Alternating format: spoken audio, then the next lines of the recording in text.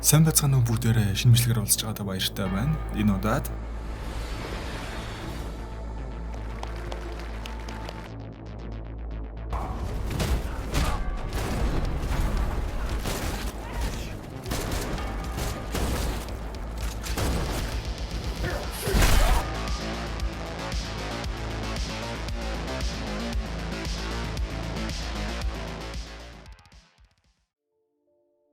Сөүл хот. Доктор Кисугихийн хүн амтан дээр бүр туслах дээрээ хүртэл сонио хачин туршилт хийж буугаар кино маань эхэлнэ. Лабаар нь дүүрэн мутацд орсон гүрвэл матар. Энэ бүгд ердөө тэр охиноо аврах гэсэн л оролдлого нь. Охин нь өнөө маргаашгүй л өгөх болсон байдаг ч аав нь дүнгийн дангаал амьдруулсаар байгаа нь. Тэрээр туршилтынхаа золиос болгож маш их хүн амтан алсан учраас аливчид түүнийг зогсоохоор тусгай хүчнийхэн ирсэн байдаг. Тэр энэ туршилт маань амжилттай болсон гэд өөр дөрөж тараа үргэлжлүүлээд охин дээрээ тарих гэтэл түүнийг буудуу унгаахан тэр.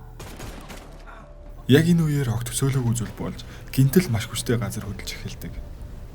Нүдэн дээр хамаг байшин барилга нурж байна сэдч аргаагүй даруулна. 3 жилийн дараа байгалийн давагдшгүй хүчнээс болж одоо бүхэл зүйл оронгороо иргсэн. Бүхэл бүтэц систем нураанж буцаад хүүнэглийн үдэл ирсэн мэт. Балгас болсон газраа амьд үлдгэсэд нь үргэлжлүүлэн амьдралгүй яах вэ? Яг л араатай амьд чиг идэж яагнана. Энэ харагдаж байгаа залуу Живан гэх ба хоол ижээл хайж яваа. Ингэх үеэрээ нэгэн матартай таарах бөгөөд айсан ч гэсэн өсч үснээс л дээр шууд лагнах гэж оролдоно. Гэтэл байдал бишдэж харуулсан ч гэсэн үхээгүй матар түүн рүү галзуурсан мэтэлтэй айрхан тэр. Ингээд өхлөлөгтөл эцсийн мөчөд тэр аврагдана. Матрыг сүүлнээс нь татаж ирээд ядахгүй толгойг нь тастаа ижээ базаас нь тэр хоёр хамт явж исэн байлээ. Ер нь хөрөө ах дүүс бөгөөд одоо анжитл гэсэн үг. Манай ахын нэрийг Намсан гэнэ. Цаг үе хэцүү энэ үед амьд үлдсэн хүмүүс нийлээ амьдарцгаана. Ус унд идэж тижээлгэх зүйлс хомсдохын дээрээ хомсцсон. Балга ус жоох идэхэм авахын тулд оожрлон зогсож байгаа зүйлсээрээ солилцоо хийн. Мөнгө төгрөг үн зүйлс бүгдээрээ л одоо хэрэггүй.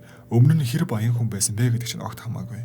Энд амьдрах хүмүүсийн дунд Сунаг гэх охин байх бөгөөд тэрээр Имэтэйгээ хамт амьдрна. Өөрсдийн байсан үнтэй махаж өгөн Намсан Живан хоёр тэдэнтэй гэр бүл мэтэл дотн байцгаана. Хэсэгхэн хугацааны дараа бүлэг танхаажууд ирнэ. Амьдрах гэж ядж яваа нэгэн байхад ийм хүнд үеийг далимдуулаа бусдыгаа дээрлэхэн амьдрах хүмүүс ч бас байна. Тэд Сунаг хана ямар хөөрхөн залуухай охин бэ? Одоо цаг чиний үеийн хүүхдүүд маш цөөрсөн ах нарыгаа дагаад яваа л гин.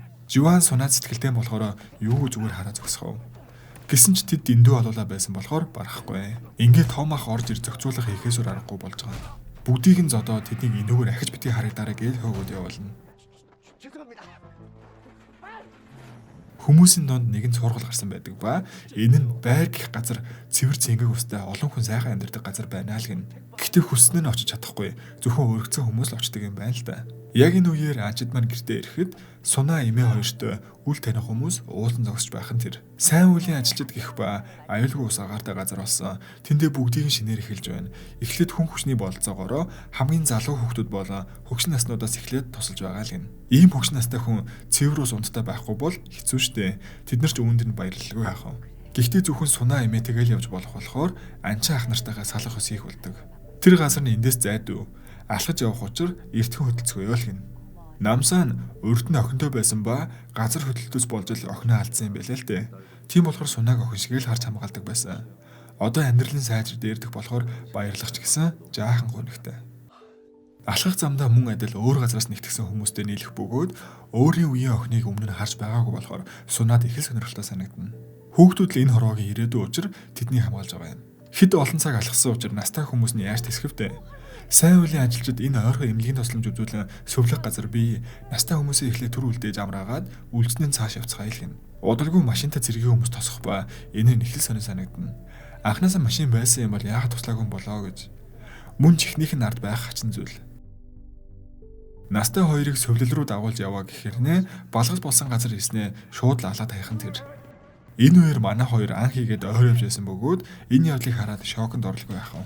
Өнөөх хоёр чинь дайраад ирэхэд тэр дорн л аль зогсоохон тэр. Гисэн ч хачиргалтай. Биеэ сүлбүүлсэн хэрнээл юу ч болоогүй мэт босоод ирдэг. Нилээн зодож бэртээсэн ч өөхөхгүй дайрсаар л байгаа юм шигтэй. Яг энэ үед нэгэн үл таних эмэгтэй гарч ирэн түүний толгойг тарьснаар энэ бүгдийг зогсоодог. Толгойн тасрахгүй бол өөхгүй юм байлаа л дээ. Хөөхий гэр бүлээс нь ялгаагүй байсан имийг оршуулад юу болоод байгаа бүгдийг нь тайлбарлуулна. Энэ имэгт нь аврах албаны хүн бөгөөд анх үнэхээр л нураагүй ганц барилга болоод тэндээ бүгдийг шинээр эхэлж байсан байна л да. Кисүү доктор гарч ирсэн цагаас л бүх юм өөрчлөгдсөн. Хүн төрөлхтнийг аврах нэрээр хүмүүсээр туршилт хийх ба энэ туршилтаараа хүнийг өгшгүй болгоно гэх бөгөөд тэдний зарим зэргийн хүчнийхнийгч аль үжээ өөртөө урвуулчихсан. Түүнийг ч гэсэн нэгдэх хэрэгтэй хэлэхэд юуноо тэндээс цугтаж гарсан юм байлээ. Тийм болохоор тэнд байгаа иргэдийг болон өөрийнхөө цэргийн хүмүүсийг ч аврах хэрэгтэй байгаа юм. Энэ нэмэгтэй юуноо гэдэг. Тийшээ орохын тулд мэдээ зэр зэвсэгтэй байх хэрэгтэй. Тэдэн рүү өмнө дайрсан хулгайнуудыг хаана байдгийг мэдэх тул тийшээ явахаар болцгооно. Тэнд нь хоёр талын танхаа хулгайнууд гим зэмгүй хүмүүсийг гэр бүлээр нь сүрдүүлээ хооронд нь зодтолдуулж баг таваа хангаж байх нь тэр. Сүүлдээ хоорондооч муудалцсан бие биенээ юу юуг л хэрцгийгээр алж эхэлдэг. Энэ үеэр том ах ирж тааралгүй яах вэ? Эднэр намсааны хэн болохыг мэдэх бөгөөд хоорондоо үзээд байсан хоёр тал чинь шууд л хамт том ахрууд ярьдаг. Намсаа нь угаасаа ганц алгадаад л явчихна. Юно цэргийн хүн учир хангалттай сайн бэлтгэгдсэн. Тэд гудамжны зодоончдыг ядах юмгүй л буулгаж авна. Тэндээ хүмүүс ороод өөртөө боолмол болгоцсон хоорондоо зарц солилцоол арай даварцсан. Энэ хүмүүсийг ч гэсэн суллах нь тэр. Эцэст нь бүгд л харсан зүг рүүгээ зогтцгаана. Тэдэнд цэвэр ус байх бөгөөд хаанаас олсон нь хачирхалтай. Тэдний хаанаас цэвэр ус олсон тэр нууц байрны талаар юу мэдхүү нэг нэгээр нь асууж эхлэлгүй яах вэ? Гэсэн чинь энэ зөвлөг тэр барилгад залуу хүүхдүүд олж өгөө зүрхэнд нь цэвэр ус авдаг л байсан болж таарна. Хүүхдүүдийг ямар нэг юмд ашигладаг нь гарцаагүй. Зэвсгээ бэлдээд шууд л гарахтаа бэлддэг. Энэ үеэр Сунагийн групп барилга дээр ирэх бөгөөд хүнс ногоогож өөртөө тарьж ургуулад нарны эрчим хүчээр тог цэгтгаантайж болж болцсон. Үнэхээр л хөвчин цэцгэлж буу газар байдаг. Тэнтхийн оршин суугч тэднийг дулаахнаар өгтөө авна. Доктор Кисүү гарч ирэн тэдэнтэй мэдлэх бөгөөд бүгд л түүнийг тэдний өдөртөгч аа гэж хүлээн зөвшөөрсөн байдаг. Тэдэнд уух ус тараахад авсан усаа уулгүйгээр эмээгээ эртэл нь хадгалнаа л гэсэн бодолтой. Хуваарлагдсан өрөөндөө орж ирэхэд тогтохтой ширээн дээр нь цэвэрхэн хувцас хэрэглэл. Бүр крантаас нь ус гоожхыг хараад үнэхээр л гайхширна. Эмээгээ хизээ ирэхийг асуухад одоо удахгүй бараг ирцэн л гэсээр байдаг. Мөн энд байгаа сурагчдыг сурлагаар нь оролдуулах бөгөөд дээгүүр байранд орсон сурагчдын гэрийнх илүү тогтохтой амьдарч илүү сайн хоол хүнстэй байдаг гэнэ. Шинээр иргэсдийг хуваарлах ба зөвхөн хүүхдүүд нь 8 давхарт харин эцэг эхчүүд нь шинэ үеийн ирээдүй болсон хүүхдүүдийн төлөө ус цэвэршүүлэх ажилд тусланаа л гэнэ. Энэ нь их л төвөгтэй ядаргаатай урт удаан хугацааны ажил байдаг.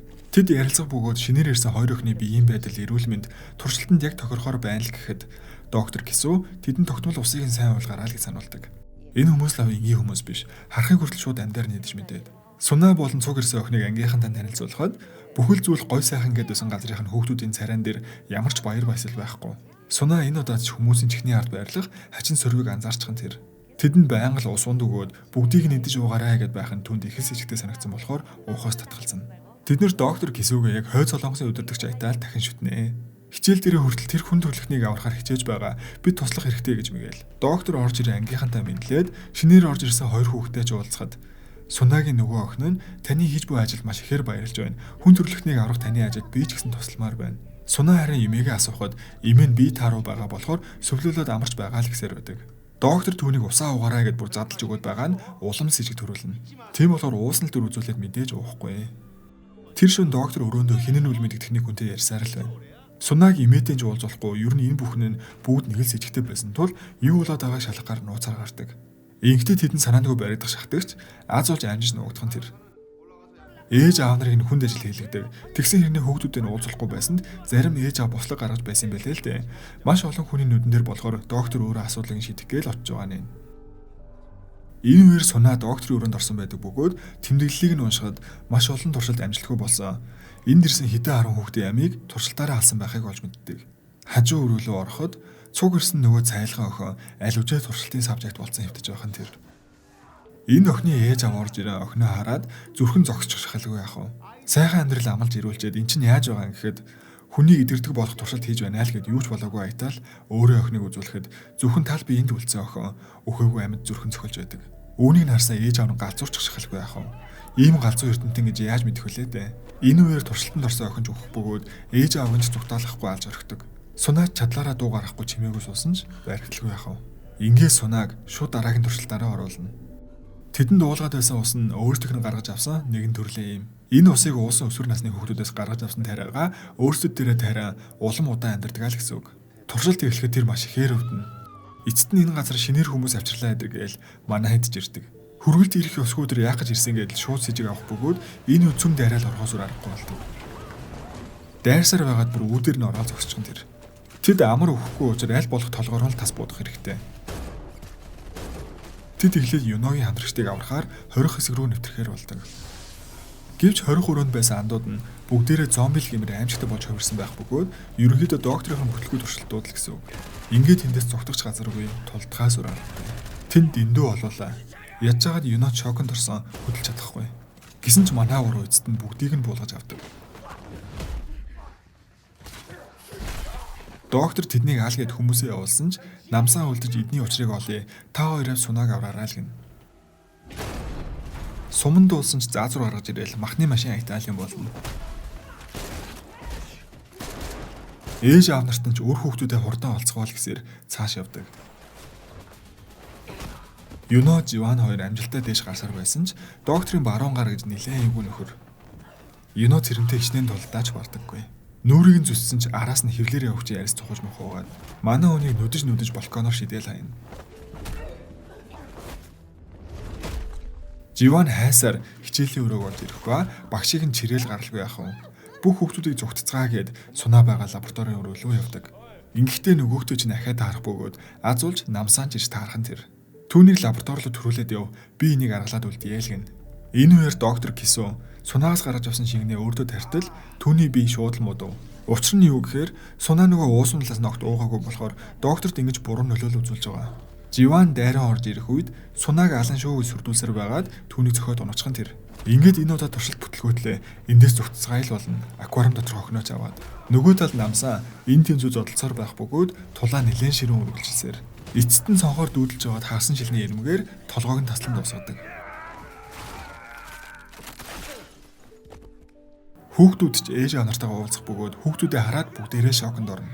Намсаа эцэст нь туршилтын өрөөнд ирж цэргэгж буудаад үргэлжлүүлэн багшигч буудчих үед доктор Кису тесрэх бөмбөг үлдээгээд ганцаараа зүгтчихэн тэр. Харин аз бол сунааг амжаа авардаг. Юноч өгөөгүй байсан бөгөөд ухаан орох ба эцэст нь тэд буцаад нэлцгэн.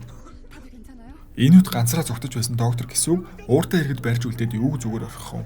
Түүний бүх уусмлыг өгөө хийхэд тэрээр жинхэнэ утгаараа галзуурдаг. Уусмлаа уухгүй бол удах тусмал улам хөвлөр явах амт шиг болж хувирдаг бөгөөд эцэст нь зомби шахуул болно. Одоо тэр яг л тийм. Аимшигтай ууралт тэнд байх ээж аав хүүхдүүдийг бүгдийг нь алах гэж шүршнэ. Ингээх явцдаа санаандгүй охиноо авч явсан цөнхөөж буудсан бахан тэр. Түүний охин ингээл нэг мөр өгөх гэж байгаа юм. Үүнээсээ болоод өөлж унжин галзуурах шахаад сунаа Живан нарыг алах гэж оролдох үед намсаан түүнийг буудан унагадаг. Ингээ бүх зүйл дууслаа гэх үед борооч орох ба маш урт хугацааны дараа бороо орсон учраас тэтгэж баярлалгүй яах вэ? Юно энд үлдэн жинхэнэ утгаар нь хүмүүний амьдралыг дахин сэргээхээр болж манай гуравч гэрлүүгээ буцацгаадаг. Ингээд киноны төгсгөлд эмээгийн оршуулга дээр ирэх манай гурав. Цаашдаа намсаан, сунаа, Живан гуруулан ажид болсноор кино маань дуусна. За ингээд энэ удаагийн бичлэг маань энэ үрээд дуусч тань бичлэг маань таалагдсан бол subscribe дарахаа бити мартаарай. Мөн лайк дарж коммент хийх үлдээвэл маш их баярлалаа. За ингээд хэдүүлээ. Дараагийн бичлэгээр уулзлаа. Түр баяр таа.